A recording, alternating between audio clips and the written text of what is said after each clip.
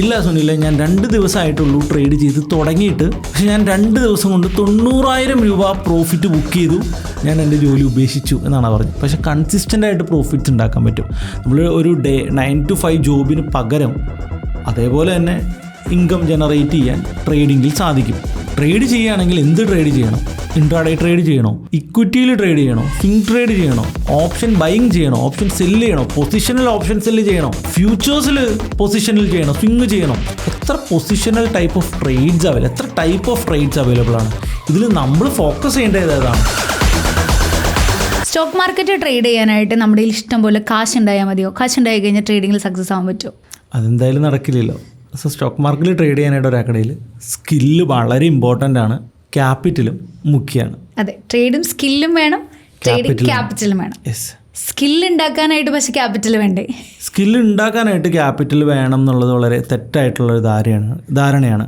പക്ഷേ emotions skill develop ചെയ്യുന്നതിൽ വളരെ ഇമ്പോർട്ടൻ്റ് ആണ്. ട്രേഡിങ്ങിൽ ഇമോഷൻസ് കൂടി ബിൽഡ് ആകുന്നതാണ് യഥാർത്ഥത്തിലുള്ള സ്കില്ല്. ഒരു നല്ല ട്രേഡർ ഉണ്ടാകാനായിട്ട് ഒത്തിരി നാൾ മാർക്കറ്റിൽ ട്രേഡ് ചെയ്യേണ്ടതുണ്ട്, ഒത്തിരി മാർക്കറ്റ് സൈക്കിൾസ് കാണേണ്ടതുണ്ട്. 5 ഇയറൊക്കെ കഴിഞ്ഞാൽ മാത്രമാണ് എല്ലാ മാർക്കറ്റ് സൈക്കിളും ഒരാൾ കാണുന്നുള്ളൂ എന്നുള്ളതാണ്. അപ്പോൾ ഞാൻ പറയുന്നത് 5,000 രൂപ കൊണ്ട് ട്രേഡ് ചെയ്ത് റെഗുലറായിട്ട് 500 രൂപ ഉണ്ടാക്കാൻ പറ്റാത്ത ആരും തന്നെ 5 ലക്ഷം കൊടുത്താൽ പ്രോഫിറ്റബിൾ ആവില്ല. അപ്പോൾ മണി മാനേജ്മെൻറ്റാണ് ഈ സ്കില്ല്, റിസ്ക് റിവാർഡാണ് ഈ സ്കില്ല്, ഇമോഷൻ കൺട്രോളാണ് ഈ സ്കില്ല്. ഇതെല്ലാം ചേർന്നതാണ് ട്രേഡിംഗ് എന്ന് പറയുന്ന സ്കില്ല്. അപ്പോൾ ട്രേഡിംഗ് എന്ന് പറയുന്ന സ്കില്ല് ഉണ്ടാകുന്ന സമയം കൊണ്ട് നമ്മൾ എന്തുണ്ടാക്കണം? ക്യാപിറ്റൽ ഉണ്ടാക്കണം എന്നുള്ളത് തന്നെയാണ് എല്ലാവരും മനസ്സിലാക്കേണ്ട ഒരു കാര്യം. അപ്പോൾ കഴിഞ്ഞ ദിവസം ഒരു ക്ലയൻറ്റ് നമ്മളെ വിളിക്കുകയാണ്, യൂട്യൂബ് കണ്ടിട്ട് വിളിക്കുകയാണ്. അപ്പോൾ അദ്ദേഹം ജോലി നിർത്തി ഫുൾ ടൈം ട്രേഡറായി. അപ്പോൾ ഞാൻ ചോദിച്ചു, അതിനുള്ള സാഹചര്യം എന്തായിരുന്നു, എങ്ങനെയുണ്ട്, എത്ര നാളായിട്ട് ട്രേഡ് ചെയ്തു? ഇല്ല സുനിലെ, ഞാൻ 2 ദിവസമായിട്ടുള്ളൂ ട്രേഡ് ചെയ്ത് തുടങ്ങിയിട്ട്. പക്ഷേ ഞാൻ 2 ദിവസം കൊണ്ട് 90,000 രൂപ പ്രോഫിറ്റ് ബുക്ക് ചെയ്തു. ഞാൻ എൻ്റെ ജോലി ഉപേക്ഷിച്ചു എന്നാണ് പറഞ്ഞത്. അപ്പോൾ എനിക്ക് ഭയങ്കര ക്യൂരിയോസിറ്റി. അപ്പോൾ എന്താണ് സംഭവം എന്ന് അറിയണമല്ലോ. അപ്പോൾ ഞാൻ വീണ്ടും ചോദിക്കുകയാണ്, എന്തിലാണ് ട്രേഡ് ചെയ്തത്? ഞാൻ ബാങ്ക് നിഫ്റ്റി. ഓക്കെ.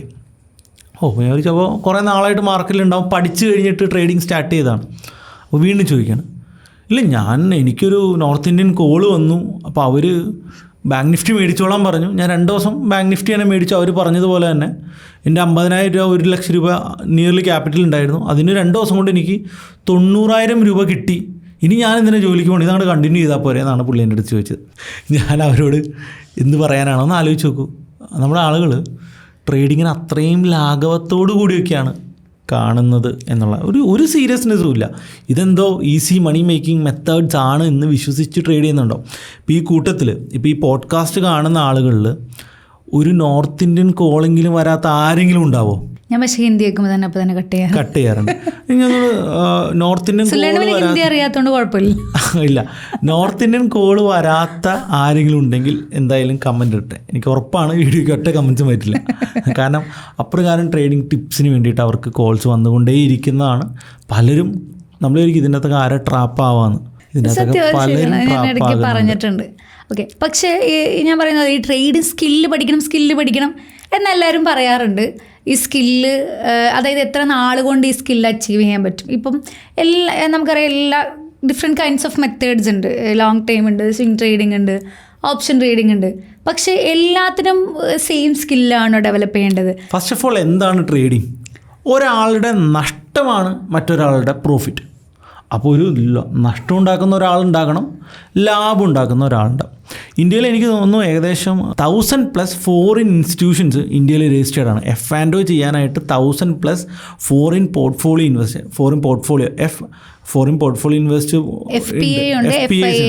FIs സ്റ്റോക്കിൽ മാത്രമേ ചെയ്യത്തുള്ളൂ. FPIs ആണ് ഓപ്ഷൻസിൽ ചെയ്യാം, അല്ലെങ്കിൽ ഫ്യൂച്ചേഴ്സിൽ. ഇവരുമുണ്ട്. ഇത്രയും ആളുകൾ നമുക്ക് എഗെയിൻസ്റ്റ് ആയിട്ട് ട്രേഡ് ചെയ്യാനുണ്ട്. എല്ലാ FPIസും ട്രേഡ് ചെയ്ത് പ്രോഫിറ്റബിൾ അല്ല, അതുപോലെ തന്നെ എല്ലാ റീറ്റെയിലേഴ്സും ട്രേഡ് ചെയ്ത് പ്രോഫിറ്റബിൾ അല്ല. അപ്പോൾ ട്രേഡ് ചെയ്ത് പ്രോഫിറ്റബിൾ ആകുന്ന ആളുകൾ വളരെ കുറവാണ് എന്നുള്ളത് കൊണ്ട് തന്നെ ഇതൊരു സീറോ സം അല്ല, നെഗറ്റീവ് സം ബിസിനസ്സാണ്. അപ്പോൾ കൂടുതൽ ആൾക്കാർ നഷ്ടമാണ് ഇവിടെ ഉണ്ടാക്കുന്നത്. അപ്പോൾ അതിൽ നമുക്ക് വലിയ ലാഭങ്ങളൊന്നും ഉണ്ടാക്കാൻ ചിലപ്പോൾ പറ്റില്ലായിരിക്കും, പക്ഷേ കൺസിസ്റ്റൻ്റായിട്ട് പ്രോഫിറ്റ്സ് ഉണ്ടാക്കാൻ പറ്റും. നമ്മൾ ഒരു 9 to 5 ജോബിന് പകരം അതേപോലെ തന്നെ ഇൻകം ജനറേറ്റ് ചെയ്യാൻ ട്രേഡിങ്ങിൽ സാധിക്കും. ഓക്കെ, ഇതിനകത്ത് എക്സ്ട്രാ ഓർഡിനറി ഇൻകം ജനറേറ്റ് ചെയ്യുന്ന വളരെ ചുരുക്കം ചില ആളുകൾക്ക് സാധിക്കൂ. അതിപ്പോൾ എല്ലാവരും എക്സ്ട്രാ ഓർഡിനറി ഇൻകം ജനറേറ്റ് ചെയ്യുന്നു എന്ന് കരുതുക. അപ്പോൾ ആരാ ലോസ് മേക്ക് ചെയ്യുന്നത്? റൈറ്റ്. അപ്പോൾ അത് നടക്കുന്ന കാര്യമല്ല. അപ്പോൾ ആർക്കിഡിങ്ങിൽ ഒരാളുടെ നഷ്ടമാണ്, വേറെ ഒരാളുടെ പ്രോഫിറ്റ്. അപ്പോൾ 1-2% ആൾക്കാർ എക്സ്ട്രാ ഓർഡിനറി ഇൻകം ജനറേറ്റ് ചെയ്യുന്നുണ്ടെങ്കിൽ അപ്പുറത്ത് അതിൻ്റെ 10 ഇരട്ടി ആൾക്കാർക്ക് നഷ്ടം സംഭവിച്ചാലേ അത് ഉണ്ടാകും. അല്ലെങ്കിൽ നഷ്ടം ഉണ്ടാകാൻ വേണ്ടി ആരെങ്കിലും വന്നുകൊണ്ടിരിക്കണം. അപ്പോൾ ട്രേഡിംഗ് എന്ന് പറയുന്നത് ജസ്റ്റ് മണി റൊട്ടേഷൻ മാത്രമാണ്. ഒരാളുടെ പൈസ വേറൊരാളുടെ പോക്കറ്റിലോട്ട് പോകുന്നു. അപ്പോൾ ഇവിടെ വെൽത്ത് ക്രിയേറ്റ് ആവുന്നില്ല. അപ്പോൾ ട്രേഡേഴ്സ് എപ്പോഴും മറക്കുന്നൊരു കാര്യം എന്താണെന്നറിയോ? അതാണ് ഏറ്റവും വലിയ കഷ്ടം. അവർ ഇൻവെസ്റ്റ് ചെയ്യാൻ അങ്ങോട്ട് മറന്നു പോകും. അവർ ട്രേഡ് ചെയ്തുകൊണ്ടേയിരിക്കും. ട്രേഡ് ചെയ്യുന്നു, ചിലപ്പോൾ ചെറിയ പ്രോഫിറ്റ്സ് ഉണ്ടാക്കുന്നു, നഷ്ടം ഉണ്ടാക്കുന്നു. ഇങ്ങനെ കാലങ്ങൾ കടന്നു പോകുമ്പോഴാണ് ഞാൻ ഈ കഷ്ടപ്പെട്ടിരുന്ന് ട്രേഡ് ചെയ്തതിന് പകരം ഞാൻ ഇൻവെസ്റ്റ് ചെയ്തിരുന്നെങ്കിൽ ഞാനിപ്പോൾ കോടീശ്വരനായേനെ എന്നെല്ലാവരും വിചാരിക്കുന്നത്. അപ്പോൾ സ്കില്ലുണ്ടാക്കുന്ന കൂടെ ക്യാപിറ്റൽ ഉണ്ടാക്കാൻ വെൽത്ത് ക്രിയേറ്റ് ചെയ്യണം. അപ്പോൾ ആ വെൽത്ത് ക്രിയേറ്റ് ചെയ്യാനായിട്ട് നല്ല സ്റ്റോക്കുകളിലോ നല്ല മ്യൂച്വൽ ഫണ്ടുകളിലോ കൃത്യമായിട്ട് ഇൻവെസ്റ്റ് ചെയ്താൽ മതി. അവർക്ക് പ്രോഫിറ്റബിൾ ട്രേഡറാകാം. ഈ പോഡ്കാസ്റ്റിൻ്റെ കുറച്ച് കഴിഞ്ഞിട്ട് പോഡ്കാസ്റ്റിൽ വളരെ ഡീറ്റെയിൽ ആയിട്ട് നമുക്ക് സ്വിംഗ് ട്രേഡ് ചെയ്യണോ, മ്യൂച്വൽ ഫണ്ട് ചെയ്യണോ, അതോ ഇൻഡെക്സ് ഫണ്ടാണോ ചെയ്യേണ്ടതെന്ന് നമുക്ക് വളരെ ഡീറ്റെയിൽ ആയിട്ട് തന്നെ പറഞ്ഞു കൊടുക്കണം. അപ്പോൾ സ്കില്ലാണ് ഡെവലപ്പ് ചെയ്യേണ്ടതെങ്കിൽ നിങ്ങൾ എന്ത് ചെയ്യണം? വളരെ ചെറിയ പൈസയ്ക്ക് ട്രേഡ് ചെയ്ത് പ്രാക്ടീസ് ചെയ്യണം. അതൊരു പ്രാക്ടീസാണ്. ഇപ്പോൾ ഇന്ത്യക്ക് വേണ്ടി ആദ്യമായിട്ട് സച്ചിൻ ടെണ്ടുൽക്കർ ബാറ്റിങ്ങിന് ഇറങ്ങായിരുന്നില്ല. അദ്ദേഹം പ്രാക്ടീസ് ചെയ്യുന്നു, നെറ്റിലും മണിക്കൂറുകളോളം പ്രാക്ടീസ് ചെയ്യുന്നു, ഡൊമസ്റ്റിക് സർക്യൂട്ടുകളിൽ ബാറ്റ് ചെയ്യുന്നു, സ്കൂൾ ലെവലിൽ ബാറ്റ് ചെയ്യുന്നു, കഴിവ് തെളിയിക്കുന്നു. എന്നിട്ടാണ് ഇന്ത്യക്ക് വേണ്ടി കളിക്കുന്നത്. ഇന്ത്യക്ക് വേണ്ടി കളിച്ച് കഴിഞ്ഞിട്ട് പ്രാക്ടീസ് നിർത്തിയോ? പ്രാക്ടീസ് നിർത്തിയിട്ടില്ല. ഇവിടെ എത്ര ട്രേഡേഴ്സ് റെഗുലറായിട്ട് പുതിയ സ്ട്രാറ്റജീസ് പുതിയതായിട്ട് കണ്ടുപിടിക്കാനായിട്ട് പ്രാക്ടീസ് ചെയ്യുന്നുണ്ട്, ബാക്ക് ടെസ്റ്റ് ചെയ്യുന്നുണ്ട്. വളരെ വളരെ വളരെ കുറച്ച് ആളുകൾ മാത്രമേ ഉള്ളൂ. എല്ലാവർക്കും സ്പൂൺ ഫീഡായിട്ട് കിട്ടണം എന്നുള്ളതാണ്. ഇനി എല്ലാവരും ഇൻട്രാഡേയിൽ വിൻ ചെയ്യും? ഇതുള്ള അടുത്ത ക്വസ്റ്റ്യൻ. എന്ത് തോന്നുന്നു? എല്ലാവരും ഇൻട്രാഡേയിൽ വിൻ ചെയ്യും? ഇല്ല, ഒരിക്കലും ഇല്ല. അല്ല, ഇനിയിപ്പോൾ സക്സസ്ഫുള്ളായി എല്ലാവരും നമ്മൾ നന്നായിട്ട് പഠിപ്പിച്ചു, എല്ലാവരും സ്കിൽഡായി 100 ആൾ ട്രേഡ് ചെയ്യാമെന്ന് 100 ആൾ വിൻ ചെയ്യില്ല. കാരണം അവരുടെ മൈൻഡ് സെറ്റ് അനുസരിച്ച് എല്ലാവർക്കും ഇൻട്രാഡേ ട്രേഡിങ് ചെയ്യാൻ സാധിക്കില്ല. അപ്പോൾ നമുക്ക് ട്രേഡ് ചെയ്യണമെന്ന് നിർബന്ധം പോലുമില്ല. ഫസ്റ്റ് ഓഫ് ഓൾ സ്റ്റോക്ക് മാർക്കറ്റിൽ നിന്ന് പ്രോഫിറ്റ് ഉണ്ടാക്കാൻ ട്രേഡ് ചെയ്യണമെന്ന് നിർബന്ധം പോലും ഇല്ല എന്നുള്ളതാണ് ഫസ്റ്റ് കാര്യം. രണ്ടാമത്തെ കാര്യം, ട്രേഡ് ചെയ്യുകയാണെങ്കിൽ എന്ത് ട്രേഡ് ചെയ്യണം? ഇൻട്രാഡേ ട്രേഡ് ചെയ്യണോ, ഇക്വിറ്റിയിൽ ട്രേഡ് ചെയ്യണോ, സ്വിംഗ് ട്രേഡ് ചെയ്യണോ, ഓപ്ഷൻ ബൈയിങ് ചെയ്യണോ, ഓപ്ഷൻ സെല്ല് ചെയ്യണോ, പൊസിഷനിൽ ഓപ്ഷൻ സെല്ല് ചെയ്യണോ, എത്ര ഫ്യൂച്ചേഴ്സിൽ പൊസിഷനിൽ ചെയ്യണം, സ്വിങ് ചെയ്യണം, എത്ര positional type of trades available, എത്ര ടൈപ്പ് ഓഫ് ട്രേഡ്സ് അവൈലബിൾ ആണ്. ഇതിൽ നമ്മൾ ഫോക്കസ് ചെയ്യേണ്ടത് ഏതാണ്?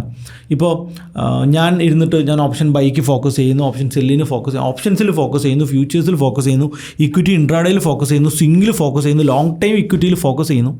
ഇതൊന്നും സിമ്പിളായിട്ട് നടക്കുന്ന കാര്യമല്ല. അപ്പോൾ ഏതെങ്കിലും ഒരു കാര്യത്തിൽ ഫോക്കസ് ചെയ്യുക, അതിൻ്റെ അത് കോൺസെൻട്രേറ്റ് ചെയ്യുക, അതിൻ്റെ അകത്ത് എക്സ്പേർട്ട് ആകുക. ഇതാണ് പറ്റുന്ന പരിപാടി. അതുപോലെ തന്നെ ഇപ്പോൾ ആരായിരിക്കും സ്റ്റോക്ക് മാർക്കറ്റിൽ പെട്ടെന്ന് സ്കില്ല് പഠിക്കുക? ലൈക്ക് മാത്സിൽ ഭയങ്കര പുലിയായിട്ടുള്ള ആളുകളായിരിക്കുമോ? ലോജിക്കൽ സ്കില്ല് വളരെ ഇമ്പോർട്ടൻ്റ് ആണ്. നമുക്ക് വേൾഡിൽ ഏറ്റവും ബെസ്റ്റ് ട്രേഡേഴ്സിൻ്റെ ലിസ്റ്റ് എടുക്കാം. ലെസ്ലി വിൽമോർ ആണെങ്കിലും അതുപോലെ തന്നെ ഗ്യാൻ ആണെങ്കിലും ഇവരൊക്കെ ആരാണ്? ഇവരൊക്കെ ഹ്യൂജ് മാത്തമാറ്റീഷ്യൻസ് ആണ്. സുനിൽ എഞ്ചിനീയറാണ്. ഞാൻ എഞ്ചിനീയറാണ്. ഇവരൊക്കെ മാത്തമാറ്റീഷ്യൻസ് ആണ് സ്റ്റോക്ക് മാർക്കറ്റിൽ വലിയ വെൽത്ത് ക്രിയേറ്റ് ചെയ്തിട്ടുള്ളത്. സോ ഞാൻ കഴിഞ്ഞ ദിവസം ഒരു യൂട്യൂബ് വീഡിയോയിൽ കണ്ടിരുന്നു ഐസക് ന്യൂട്ടനെ കുറിച്ചിട്ട്. ഐസക് ന്യൂട്ടൻ തന്നെയാണെന്നാണ് വിശ്വസിക്കുന്നത്. ഐസക് ന്യൂട്ടന് സ്റ്റോക്ക് മാർക്കറ്റിൽ നിന്ന് പരാജയം നേരിട്ട ആളാണ് എന്ന്. അതായത് നമ്മൾ കാണുന്ന ബുദ്ധി രാക്ഷസന്മാരാണെന്ന് നമ്മൾ വിശ്വസിക്കുന്ന വലിയ വലിയ സയൻറ്റിസ്റ്റുകളും അതുപോലെ തന്നെ മാത്തമാറ്റീഷ്യൻസ് പലരും പരാജയപ്പെട്ടിട്ടുണ്ട്. അതുപോലെ തന്നെ പല മാത്തമാറ്റീഷ്യൻസും വിൻ ചെയ്തിട്ടുണ്ട്. ഇപ്പോൾ നമ്മൾ ലെസ്ലി വിൽമോറിനെ കുറിച്ച് തന്നെ പറയണം. അത് ഭയങ്കര അടിപൊളി മാത്തമാറ്റീഷ്യൻ ആയിരുന്നു. ഇദ്ദേഹം ഹ്യൂജ് വെൽത്താണ് സ്റ്റോക്ക് മാർക്കറ്റിൽ നിന്ന് ക്രിയേറ്റ് ചെയ്ത്. പക്ഷെ പല പ്രാവശ്യം ഇദ്ദേഹം എന്തായിട്ടുണ്ട്? ബാങ്ക്രപ്റ്റായിട്ട് പോയിട്ടുണ്ട്. അപ്പോൾ ലോജിക്കൽ സ്കില്ല് ഭയങ്കര ഉണ്ടായിട്ട് കാര്യമില്ല. ഡിസിപ്ലിൻ കൂടി വേണം, കൺസിസ്റ്റൻസി കൂടി വേണം. ഇതെല്ലാം ഉള്ള ഒരാളാണ് യഥാർത്ഥത്തിൽ സ്റ്റോക്ക് മാർക്കറ്റിൽ നിന്ന് വെൽത്ത്. ഇപ്പോൾ നമ്മൾ പറയുന്ന വാരൻ ബഫറ്റ് ഭയങ്കര വലിയൊരു മാത്തമാറ്റീഷ്യനോ കാര്യങ്ങളോ ഒന്നുമല്ല. ലോജിക്കൽ സ്കില്ലുള്ള നല്ല ഇപ്പോഴും വളരെ കൂർമ്മ ബുദ്ധിയോടുകൂടി മാർക്കറ്റിനെ വിശകലനം ചെയ്യുന്ന പൊറിഞ്ചു ആണെങ്കിലും ഒക്കെ എക്സ്പീരിയൻസിൽ നിന്നാണ് അത്രയും വെൽത്ത് ക്രിയേറ്റ് ചെയ്യുന്നത്. എക്സ്പീരിയൻസ് ഉണ്ടാവുന്നത് അദ്ദേഹം ലോജിക്കൽ സ്കില്ലുള്ള വ്യക്തിയല്ലേ, അതുകൊണ്ടാണല്ലോ അദ്ദേഹത്തിന് അത്തരത്തിലുള്ളൊരു ഇമ്പ്രൂവ്മെൻറ്റ് ഉണ്ടാക്കാൻ പറ്റിയത്. അപ്പോൾ പുതിയതായിട്ട് ട്രേഡിംഗ് പഠിക്കുന്നവർക്കാണല്ലോ ഇനി നമ്മൾ സംസാരിക്കും. പുതിയതായിട്ടും ട്രേഡിംഗ് പഠിക്കുന്നവർക്ക് മാത്സ് ടഫാണെങ്കിൽ അല്ലെങ്കിൽ ലോജിക്കൽ സ്കില്ല് കുറവാണെങ്കിൽ അവർക്ക് സ്റ്റോക്ക് മാർക്കറ്റ് പഠിക്കാനും ട്രേഡിംഗ് പഠിക്കാനും കുറച്ച് ഡിഫിക്കൽട്ടീസ് നേരിടും എന്നുള്ള കാര്യത്തിൽ മാറ്റമൊന്നുമില്ല. അപ്പോൾ അങ്ങനെ ഡിഫിക്കൽട്ടീസ് നേരിടുന്നുണ്ടെങ്കിൽ ഹാർഡ് വർക്ക് ചെയ്യണം. നമ്മളൊരു ആത്മാർത്ഥമായിട്ടൊരു കാര്യം ചിന്തിച്ച് കഴിഞ്ഞാൽ ലോകം മൊത്തം കൂടെ നിൽക്കും എന്നൊക്കെയാണല്ലോ പറഞ്ഞിരുന്നത്. ഓക്കെ, അതൊന്നും നിൽക്കട്ടെ, അല്ലെങ്കിൽ അവർ അധ്വാനിക്കട്ടെ.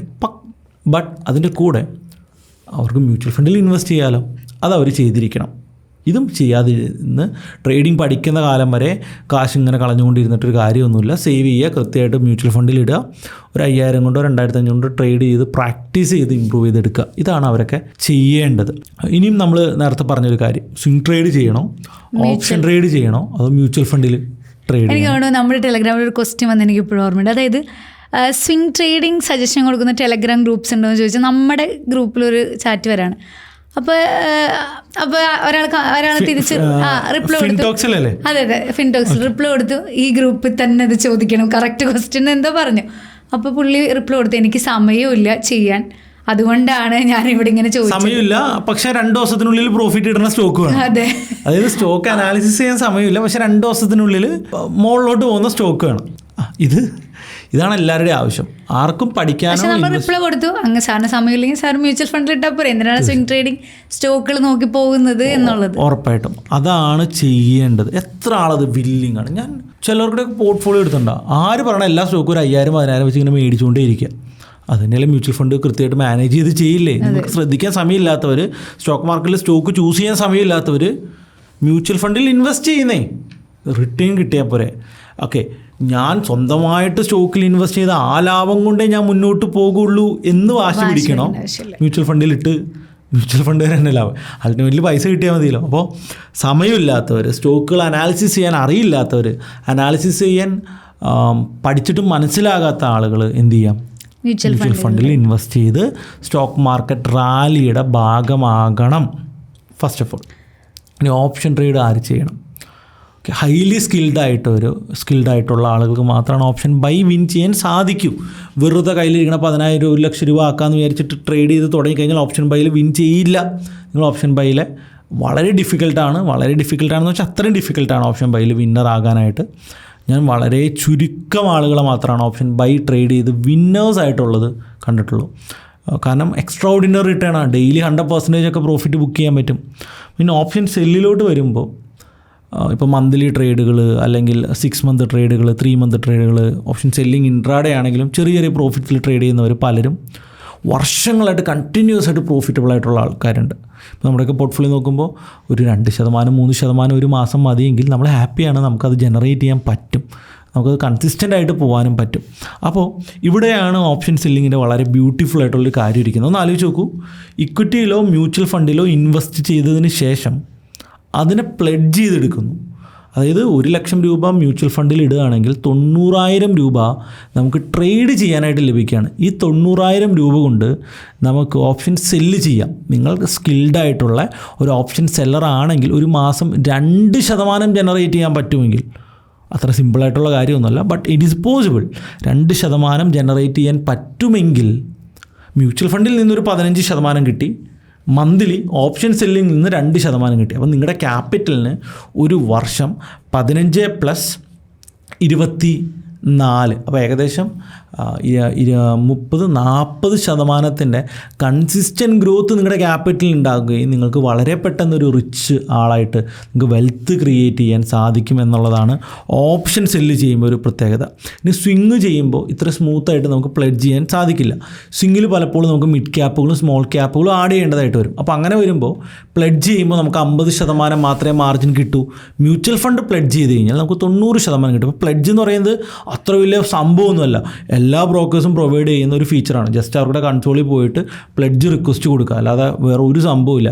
How to pledge in Zerodha, how to pledge in Upstox, how to pledge in first stock എന്നൊക്കെ സെർച്ച് ചെയ്ത് കഴിഞ്ഞാൽ 10,000 കണക്കിന് വീഡിയോസും അവൈലബിൾ ആണ്. ഇത്ര വലിയ ബുദ്ധിമുട്ടുള്ള കാര്യമല്ല. അപ്പം ഞാൻ പറയും, നിങ്ങൾ വലിയ സമയമില്ലാത്ത ഒരാളാണെങ്കിൽ നിങ്ങൾ ഒന്നല്ലെങ്കിൽ മ്യൂച്വൽ ഫണ്ടിൽ ഇടുക, ട്രേഡ് ചെയ്യേണ്ട.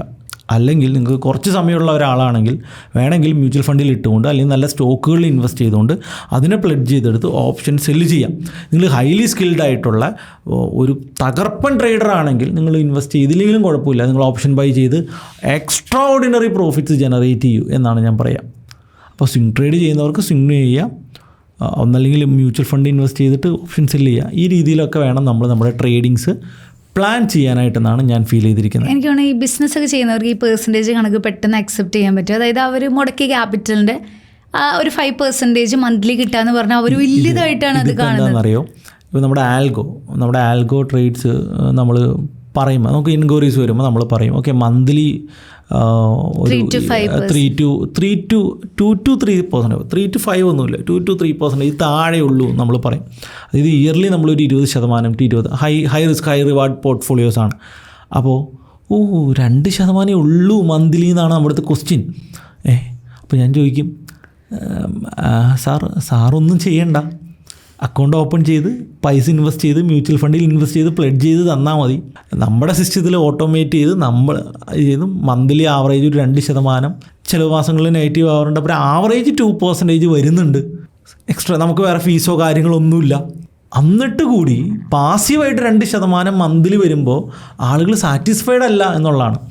ഇവിടെ ബിസിനസ്സുകാർ ഒരു 5% മന്ത്ലി ജനറേറ്റ് ചെയ്യാനായിട്ട് കഷ്ടപ്പെട്ട് എംപ്ലോയീസിനെ ഹാൻഡിൽ ചെയ്ത് ഒത്തിരി എഫേർട്ട് ഇടാണ്. ഇവിടെ നമുക്ക് പാസീവായിട്ട് 2% കിട്ടുകയാണ്.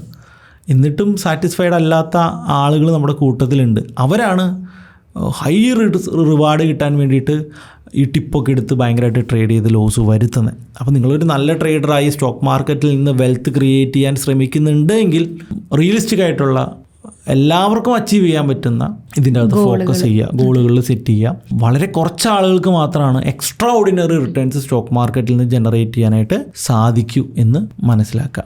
ഇത്രയേ ഉള്ളൂ നമ്മൾ ഇന്ന് ഡിസ്കസ് ചെയ്യാൻ വെച്ചിരിക്കുന്ന വിഷയം. പക്ഷെ എന്താണെന്ന് വെച്ചാൽ ഇങ്ങനത്തെ കാര്യങ്ങളൊക്കെ അറിയണമെങ്കിൽ കുറേയൊക്കെ കഴിഞ്ഞിട്ടാണ് ആളുകൾ ഇങ്ങനത്തെ കാര്യങ്ങളെക്കുറിച്ച് ചിന്തിക്കുക എന്നുള്ളതാണ്. തുടക്കം എല്ലാവരും ആ ഒരു എന്താ പറയുക പെട്ടെന്ന് കാശ് കിട്ടുന്ന ആ ഒരു സ്പാർക്കിലേക്ക് പോയി പിന്നെ അങ്ങോട്ട് പോയി കുറച്ച് കഴിയുമ്പോൾ തിരിച്ച് വന്ന് ഇങ്ങനെ ഒരു വൺ സൈക്കിൾ കഴിഞ്ഞിട്ട് എല്ലാവരും ഇങ്ങോട്ട് ഇത് റിയലൈസ് ചെയ്യുന്നത്. അല്ലെങ്കിൽ അങ്ങനെയുള്ളവർക്ക് നമ്മുടെ ടോക്ക് ഇപ്പോൾ കാണുമ്പോൾ റിയലൈസ് ആവത്തു. ബാക്കിയുള്ളവർ നമ്മൾ പറയുന്നത് ചിലപ്പോൾ അക്സെപ്റ്റ് ചെയ്യണം എന്ന് പോലും ഇല്ല എന്ന് തോന്നുന്നു. പക്ഷെ നമ്മളിത് ഇവിടെ യൂട്യൂബിൽ കഴിഞ്ഞ 5 വർഷമായിട്ട് കഴിഞ്ഞ 5 വർഷമായിട്ട് നമ്മൾ ഇതേ ടോപ്പിക്സ് ഇതേ രീതിയിൽ തന്നെ മറച്ചും തിരിച്ച് നമ്മൾ പറഞ്ഞുകൊണ്ടിരിക്കുന്നത് പക്ഷേ പലരും എല്ലാ പണിയും കിട്ടിയതിന് ശേഷമാണ് ഇതെങ്ങനെയായിരുന്നല്ലേ എന്ന് മനസ്സിലായി. ഇതാണല്ലേ അറിയില്ലേ.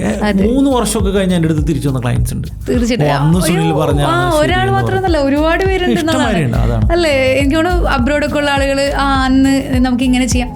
എനിക്ക് തോന്നുന്നു നമ്മുടെ ടോക്ക് കേട്ടിട്ട് പണ്ട് ലോസ് വന്ന് സ്റ്റോക്ക് മാർക്കറ്റ് നിർത്തിപ്പോയ ആളുകൾ വീണ്ടും ഇത് ചെയ്യണമായിരുന്നല്ലേ, ഇതാണ്